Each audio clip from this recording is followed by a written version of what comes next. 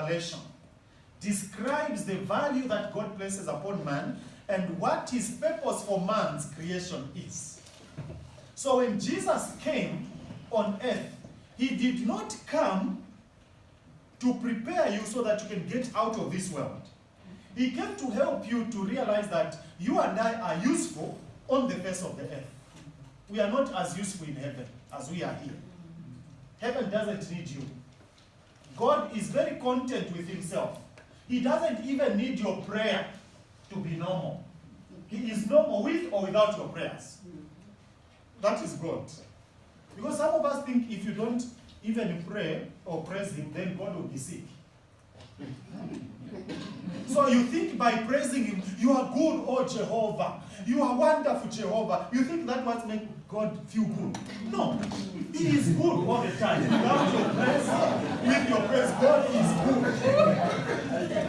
So it is not your statement that makes him good. He is good with or without your statement. So God is not suffering from a headache because some chap on earth didn't say you are good or great, Jehovah. No. He is good all the time. And he has been like that. So when his son Jesus came to earth, he came to sort out the confusion that had ravaged the earth. Are we together? Yes. He came to restore the dignity of humanity, which was lost in the Garden of Eden. That's why it says the Son of Man came to seek and save that which was lost. So he comes on earth to seek you, linked back to what you lost in the garden. And he preaches the kingdom of God having been restored.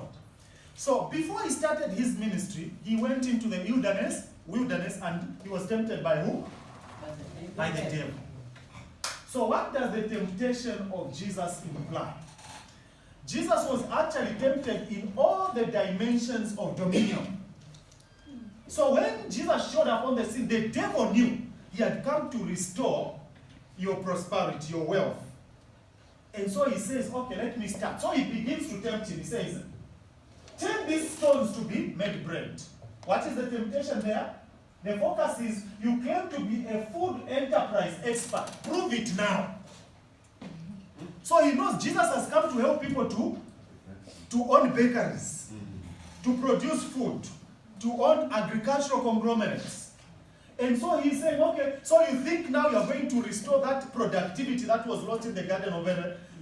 Since you are saying you are the Son of God, then turn these stones to be bread because you're already hungry. So he's being tempted in the area of what? Food enterprise, food production, food processing, that area. So when the Bible talks about bread, it refers to food. So this is food industry. And Jesus says, man shall not live by bread alone. What is Jesus saying? Your enterprise is not limited to food production only because the gifts are different. So man shall not live by bread alone, but by every word that produces or that proceeds from the mouth of God. What is he saying? God said, Paul, you are going to be an engineer. So you don't need to own a bakery to live. So it's not only food in which you can live and survive. You can also survive because God says you shall be an engineer. That is the word that proceeded from the mouth of God. He says you shall be an engineer. You shall be producing beads, my sister, earrings. That is what you shall live by, not by food alone. So it is not everybody who should go into food production. Others shall live by being engineers or doctors, running their own surgeries. Every word that proceeds from the mouth of God, it does not mean living by reading the Bible. So some of you take the Bible and say, no, the Bible says, man shall live by the word of God. So I'm reading the word of God so that I can live. No, it is the word that proceeds from the mouth of God about you. That you were created to be a fisherman, not to produce food or bread. So understand your calling. And that is what proceeded from the mouth of God as his word about you. And that will cause you to live and survive on earth. Temptation number one, food. Number two, technology. Throw yourself down. So he's asking him to challenge the force of gravity. So Jesus is saying, it is not necessary Okay, the devil is saying you are the master of technology. So prove it, because you can master law of gravity. So jump. You know, the devil sees what will happen on earth. So Jesus is saying, I don't need to jump, because my people will create lifts. So if they build long buildings, they'll be able to have lifts that will be going up and down. Up and so no need to jump down and try to go up using my power. People have been given the ability to come up with ideas of what they'll use to climb down or up a big building. That is Jesus, okay?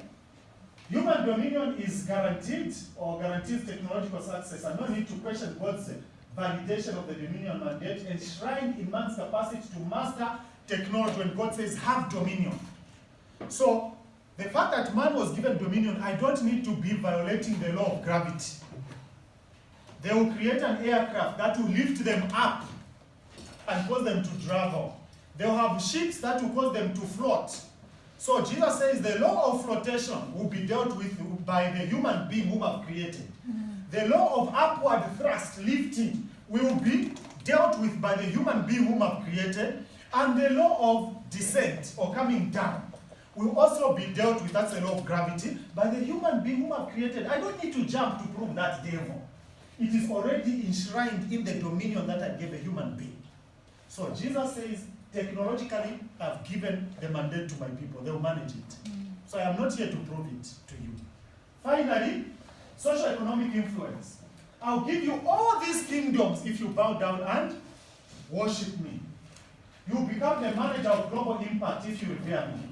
Jesus says, it is written, thou shalt worship the Lord your God, and him only shall you serve. So what is the response? I came to seek and save that which was lost, and yet rightfully belongs to my people, which is leadership in all spheres of sustained community development. So he is saying, I don't need to bow to you, because what you are talking about is already given to me. And I've given, all authority is given to me, and I'm giving it to my disciples to go and influence globally. So there will already be leaders, and I will worship the Lord because he's the one who gave me authority to rule over these socio-economic spheres. So I don't need to bow to anyone. What does that mean? God has already given you authority to dominate, as our sister was sharing this morning, to dominate in your area of calling. And hence the Bible saying, I urge you to live the life worthy of the calling that you have received. Because each one of you have a calling, and your area of influence will contribute to the socio-economic influence as it relates to what? Community development. You contribute to community development within your area of influence, which is enshrined into you. At that point, the devil left Jesus. He was defeated. He realized, okay, so Jesus really came to proclaim enterprise to the world. And God's people were liberated. And that's how he went out to look for the disciples, to tell them, come, follow me, I'll make you fishers of men. He didn't tell them to stop fishing, but just to understand that he will use their fishing ideas to also disciple many people, so that as many as can be discipled of all nations, they can be relevant in the social economic sphere and contribute towards the productivity of the global needs. So, if your presence on earth is just about prayer and fasting, then you are irrelevant.